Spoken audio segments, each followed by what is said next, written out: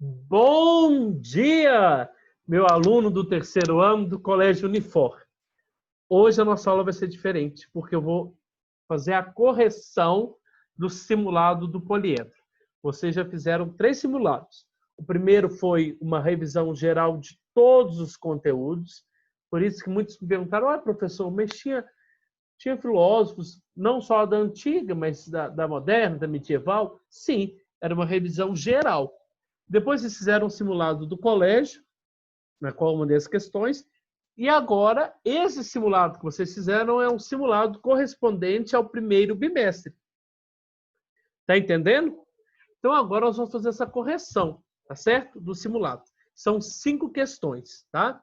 Então a primeira questão que, apresento a vocês, a questão 31, ela vai falar sobre uma divergência entre 2 filósofos gregos.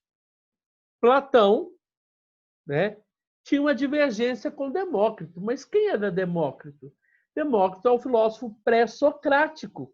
O filósofo pré-socrático que acreditava que a origem do cosmos se deu por elementos chamados átomos. Não. Tomos, não, o quê? Não se divide. Tomos, divisão. Não existe divisão. Por que eles não são Por que eles não se dividem? Porque eles são minúsculos. E é os átomos, para Demócrito, que dá origem para todas as coisas. Tanto para todas as realidades materiais. Para as realidades materiais. Embora ela seja também uma realidade material e invisível. É muito minúsculo, a gente não consegue ver. E aí, o texto vai falar o seguinte para nós. Que o Demócrito, ele foi um grande filósofo, sim, da modernidade, da filosofia grega? Sim, foi. Mas Platão não gostava de Demócrito. Platão queria tirar todas as obras de Demócrito. Inclusive, ele nunca citou Demócrito. Por que será?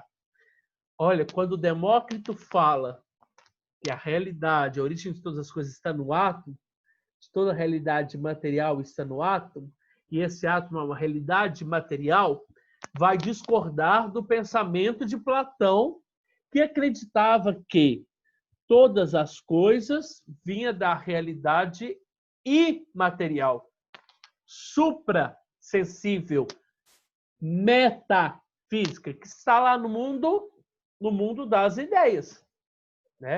Aqui, o que nós vemos, o que vivemos é somente a sombra, lá no meu quadro, a sombra da verdade. Tá certo? E aí, Platão fazia uma oposição ferrenha a Demócrito, de Abdera. Que aspecto da filosofia de Demócrito contraria o idealismo, as ideias, o mundo inteligível de Platão? Aonde? Na doutrina das 4 raízes? Não.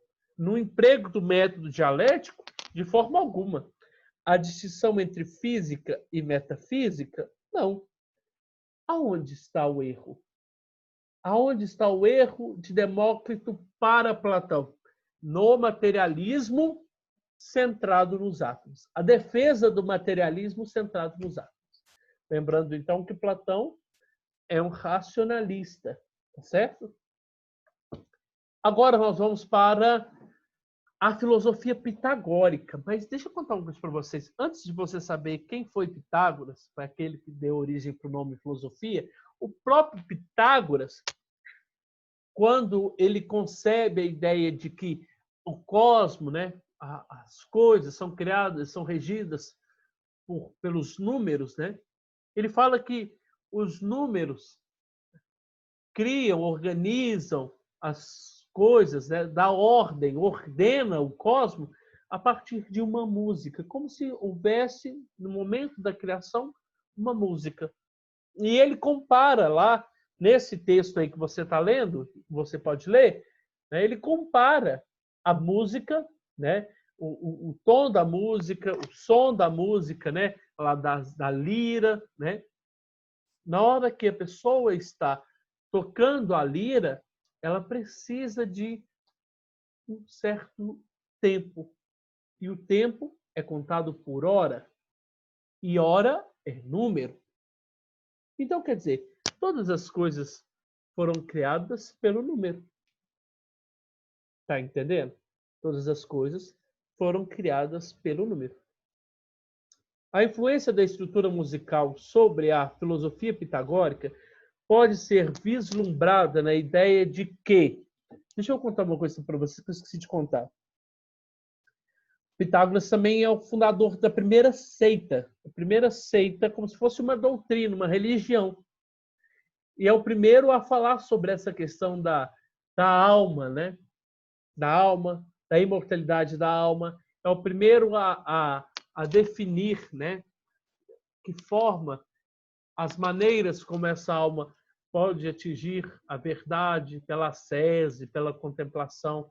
Então, Pitágoras não foi somente um filósofo, ele foi fundador de uma corrente, uma doutrina, uma seita religiosa.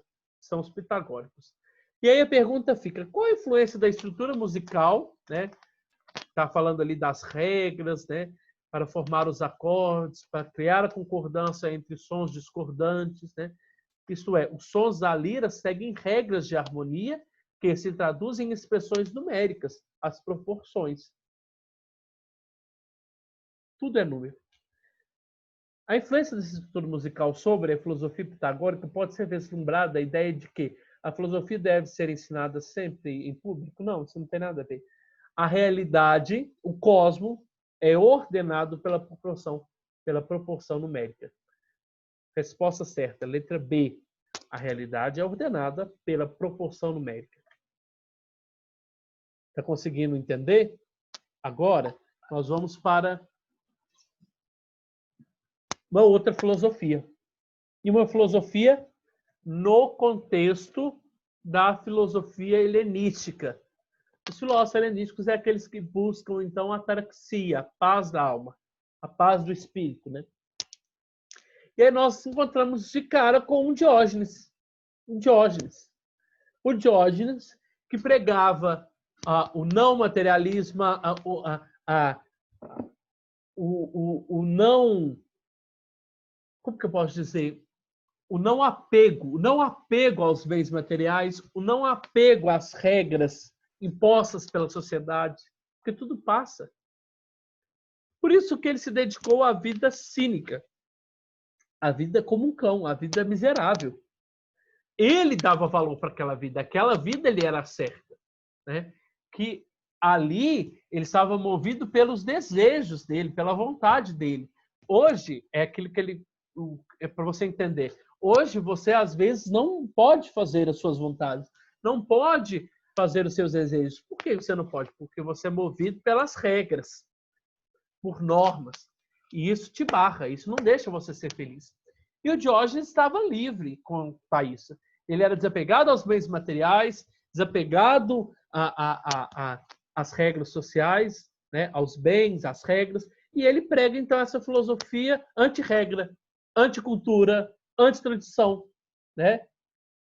Ela vai falar que é a filosofia, né, na Grécia e no Ocidente mais anticultural, que não prega culturação, que não prega as tradições, que não prega as normas, né? Que não prega a valorização aos bens materiais. Você é livre. Você sabe como Diógenes vivia? Vivia como cão, vivia na rua, vivia procurando um homem. Que homem? Um homem que fosse igual a ele, um homem que fosse virtuoso igual a ele. Né? Vocês lembram disso? Além das questões de ordem metafísica ou conceitual, um princípio dos ensinamentos de Diógenes que fundamenta o anticulturalismo na filosofia cínica é a... Primeira resposta. Já te dá a resposta correta. A letra A. Crítica à superficialidade das convenções sociais. O que é uma convenção social? Aquilo que te convém. Convém a mim. Convém à sociedade. É aquilo que a sociedade prega. Nossa, vocês têm que fazer isso. Nossa, você tem que fazer aquilo. E o Diógenes vai contra isso. Isso é muito superficial. Né? Isso não tem raiz. Para que eu tenho que seguir isso? O bom da vida é ser livre. né? E você sabe, tem uma frase que eu já li lá para vocês na aula, que tudo que ele tinha vontade de fazer, ele fazia, né? Andava nu, né? Comia em praça pública, né? E era um absurdo para o povo daquela época, tá? Era um absurdo porque ele ia contra as regras. Era louco? Não.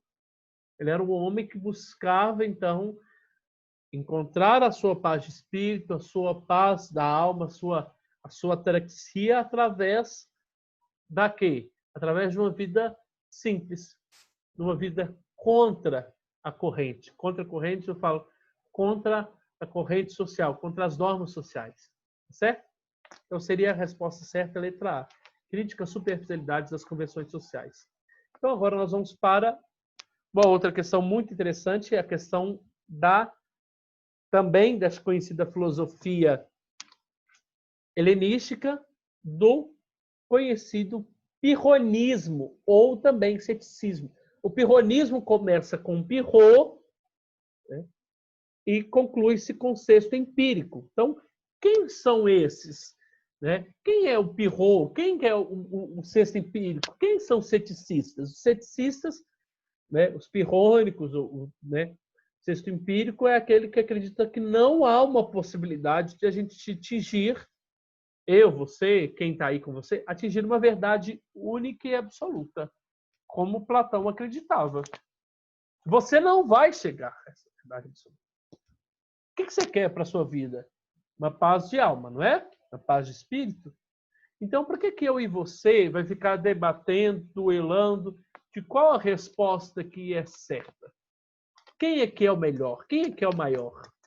Aí ele vai falar assim, se isso está atormentando a sua alma, epoqué. O que é epoqué? Suspende juízo.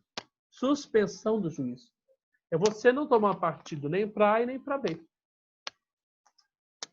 Na hora que você lê esse texto, né, e lê a questão, ao adotar a posição descrita no texto apresentada, o cético recusa-se a dialogar com os dogmáticos, com aqueles que acreditavam na verdade absoluta. Não, por que eu vou ficar brigando com eles? Aí que vai tirar minha paz de espírito. Letra B. Pronunciar juízos definitivos. O que ele recusa? Pronunciar juízos definitivos. Nós não vamos atingir a verdade. A verdade não é absoluta, né?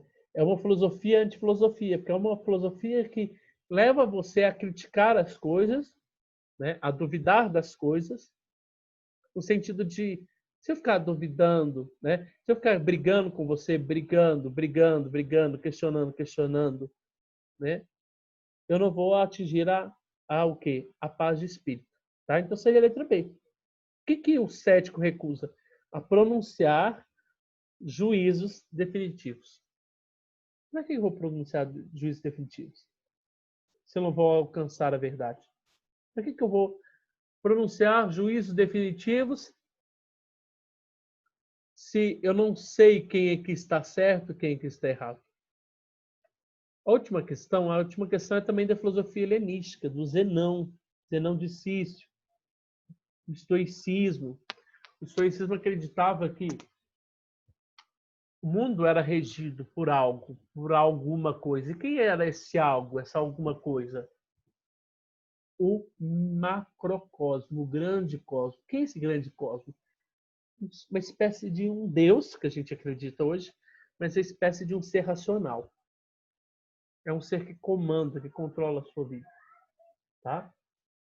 Tanto Zenão, né? Tantos outros que continuaram, né, sua filosofia, acreditavam então que, olha lá que ele fala, Zenão e seus discípulos do estoicismo nos ensinam a lidar com seus altos e baixos da sorte. Conta-se que ele perdeu tudo. Ele perdeu tudo. Seu comentário foi: o destino queria que eu filosofasse. O destino? Quem é esse destino? Grande cosmo. O grande cosmo, o macrocosmo. O macrocosmo, meu bem, já está tudo preparado. Para o macrocosmo, já está tudo preparado para a sua vida. Já está tudo organizado. Você tem que aprender a ser virtuoso dentro da filosofia estoica, né? É o aceitar. Ser virtuoso é aceitar. Aceitar o quê? Que o destino está regendo a sua vida. Que o destino está comandando, organizando, controlando a sua vida. Então a filosofia diz não. Qual seria a resposta certa? Desprezou a dimensão individual das escolhas? Não. Tomou como base a conduta ética dos franciscanos? Não, porque nem existia franciscano ainda. Negou a importância do mundo material diante do mundo das ideias? Isso aqui não é Aristóteles. Postulou, desejou a abnegação e a paz de espírito quanto ao destino imposto. Ele desejou a paz de espírito. Desejou a paz de espírito. Mas como eu vou desejar? Como eu vou atingir? Eu desejo também. Você também deseja a paz de espírito, mas como você vai atingir essa paz de espírito? Aceitando o destino, aceitando o macrocosmo. Você é o microcosmo. Você tem que aceitar. Você é o microcosmo. Eu sou o microcosmo. Nós temos que aceitar que o macrocosmo, né, está comandando a vida do microcosmo. Tá certo? É você aceitar o destino que o grande mundo está impondo, que o grande ser racional está impondo para a sua vida. Tá certo? Então a resposta certa era a letra D desta questão. Desejo a você um grande abraço. Fiquem com Deus. Fiquem em casa. Tá certo?